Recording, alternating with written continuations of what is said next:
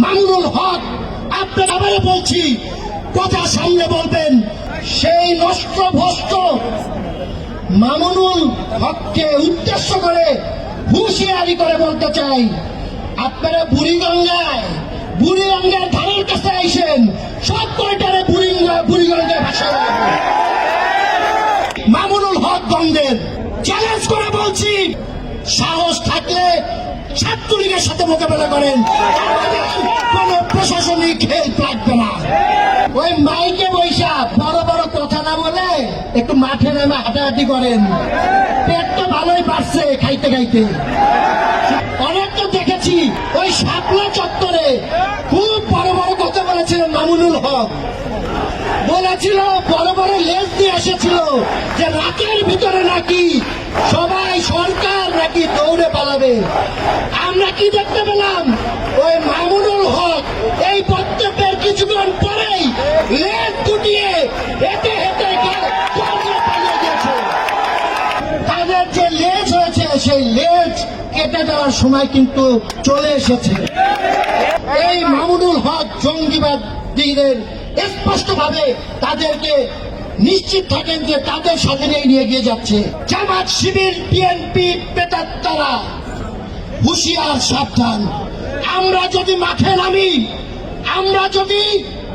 নামি আপনারা কিন্তু একজনও পালিয়ে যাবার পার পাবেন না। বাংলাদেশের জাতির পিতাকে নিয়ে একদল দেশ বিরোধী কুচক্রী মহল, যারা ওই পাকিস্তানের এজেন্ডা বাস্তবায়ন করার জন্য কাজ করে, যারা ধর্মকে অপব্যবহার করে, ধর্ম অপব্যাখ্যা করে, যারা মানুষকে বিভ্রান্ত করে, যারা আপনারা জানেন বিভিন্ন জায়গায় মাদ্রাসা দখলদারের মতো কাজও যারা করেছে, এরকম একটি নষ্ট ভ্রষ্ট যে কিনা জাতির পিতার ভাস্কর্য নিয়ে কথা বলে, আমি সেই নষ্ট ভ্রষ্ট মামুনুল হককে উদ্দেশ্য করে হুঁশিয়ারি করে বলতে চাই, আপনারা বুড়িগঙ্গার ধারের কাছে আইসেন, সব কয়টারে বুড়িগঙ্গায় ভাষা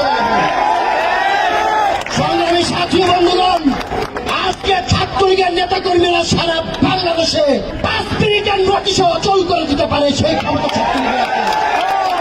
বসে বসে মাইকের সামনে বড় বড় কথা বলেন। অনেক তো দেখেছি ওই 5ই মে ওই শাপলা চত্বরে খুব বড় বড় কথা বলেছিলেন মামুনুল হক, বলেছিল বড় বড় লেজ দিয়ে এসেছিল যে রাতের ভিতরে নাকি সবাই সরকার নাকি দৌড়ে পালাবে। আমরা কি দেখতে পেলাম? ওই মামুনুল হক এই বক্তব্যের কিছুক্ষণ পরেই লেজ গুটিয়ে হেঁটে হেঁটে পালিয়ে গেছে। সুতরাং চিল্লাইয়া মার্কেট পাউন্ড যাইব না, বুঝছেন? ছাত্রলীগের সাথে মোকাবেলা করেন। আমার মাদ্রাসার ছাত্র ভাইদের উদ্দেশ্যে বলতে চাই, আপনারা একটি জিনিস খেয়াল রাখবেন, বঙ্গবন্ধু যেমন ইসলাম ধর্মকে এগিয়ে নিয়েছিলেন, তারই সুযোগ্য কন্যা জননেত্রী দেশরত্ন শেখ হাসিনার সুযোগ্য নেতৃত্বে তিনি কিন্তু সেভাবে এগিয়ে নিয়ে যাচ্ছে অসাম্প্রদায়িক বাংলাদেশ করার জন্য। কিন্তু আমার মাদ্রাসার ভাইদেরকে আমরা দেখেছি এই মামুনুল হকের মতো যারা ধর্মের অপব্যাখ্যা দেয়, তারা তাদেরকে বিভ্রান্ত করার চেষ্টা করে। আমার মাদ্রাসার ভাইদের উদ্দেশ্যে বলবো, আপনাদের কাছে আমি প্রশ্ন রাখতে চাই, আমাদের নবীজি, আমাদের মহানবী হযরত মুহাম্মদ সাল্লাল্লাহু আলাইহি ওয়াসাল্লামকে নিয়েও আমরা কি দেখলাম? একটি ভিডিওতে দেখতে পেলাম এই মামুনুল তিনি আমাদের নবী ঠোঁট নাড়ানো দেখিয়ে তিনি আমাদের নবীকে অবমাননা করেছেনই এবং শাস্তিযোগ্য অপরাধ করেছেন। কিন্তু আমরা দেখতে পেলাম না কোন ইসলামী সংগঠন বা কেউ তো কোনো আন্দোলন করেনি। তাহলে আমরা কি ভাববো? আপনারা সব জায়গায় একরকম, আর দেশের প্রশ্ন আসলে আপনারা পাকিস্তানের এজেন্ডা বাস্তবায়নের মতন কাজ করেন, তাইলে তো হবে না।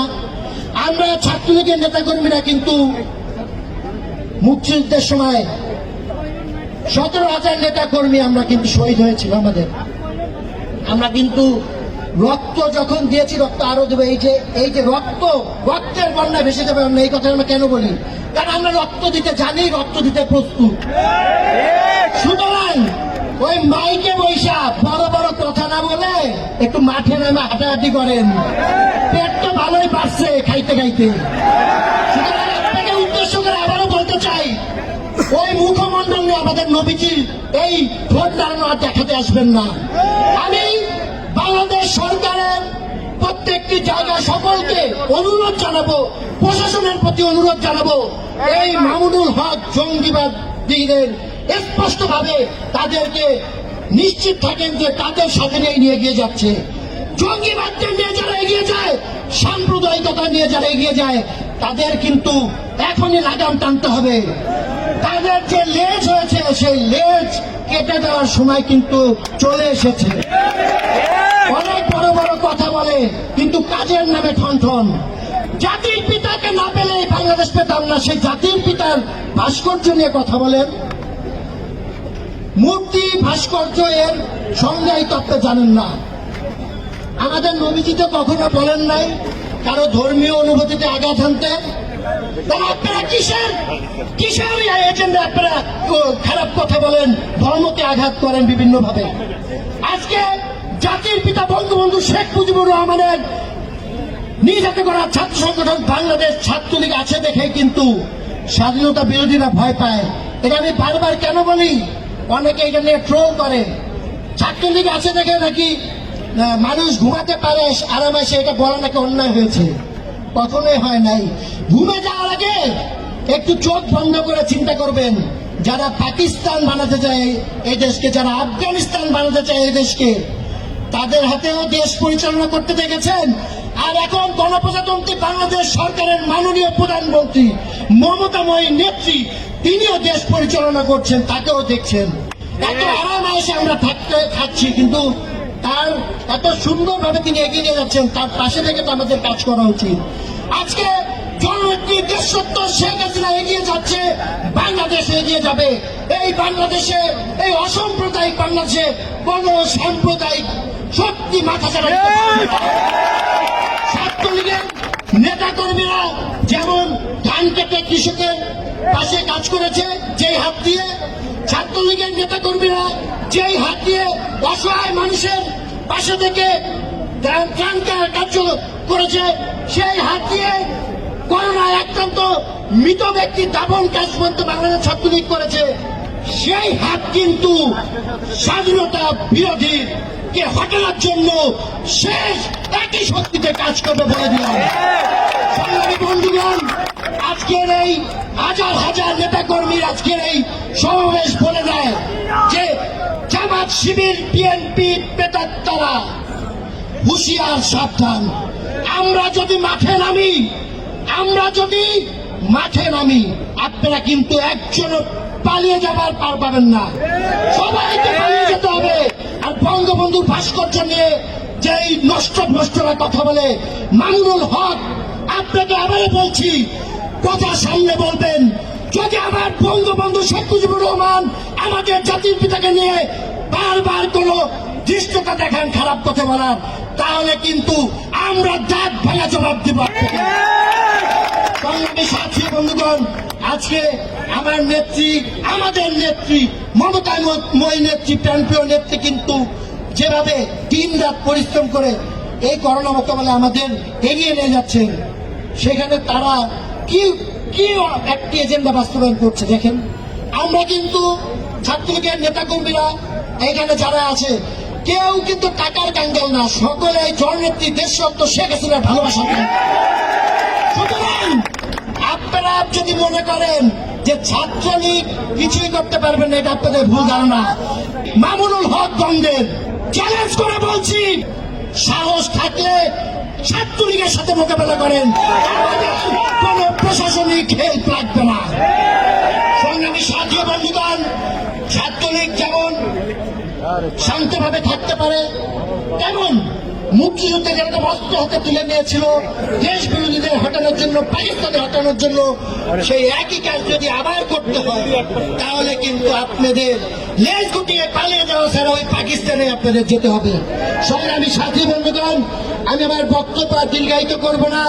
আর আমার প্রত্যেকটি নেতাকর্মী, প্রত্যেকটি ইউনিটের নেতাকর্মীকে উদ্দেশ্য করে বলতে চাই, আপনারা যেভাবে পরিশ্রম করে এগিয়ে যাচ্ছেন, আপনারা আপনার এলাকায় খোঁজ রাখবেন। ওই বিএনপির পেটাত্তারা, ওই পাকিস্তানের পেটাত্তারা যদি কোনো বাসায় বসে দেশ বিরোধী ষড়যন্ত্রে লিপ্ত থাকে, তাহলে আমাদের আইন শৃঙ্খলা রক্ষাকারী বাহিনীকে আপনারা অনুরোধ জানাবেন, তাদেরকে সাথে নিয়ে ওই পেটাত্তাদের, বিএনপির পেটাত্তাদের আইনের আওতায় গণধোলাই দিয়ে দিবেন। সংগ্রামী সাথী বন্ধুগণ, সকলকে ধন্যবাদ জানিয়ে এবং আমাদের মিডিয়া ভাইরা এখানে উপস্থিত ছিলেন, আপনাদেরকে ধন্যবাদ জানিয়ে আমি আমার বক্তব্য এবং সমাবেশের এখানেই শেষ করছি।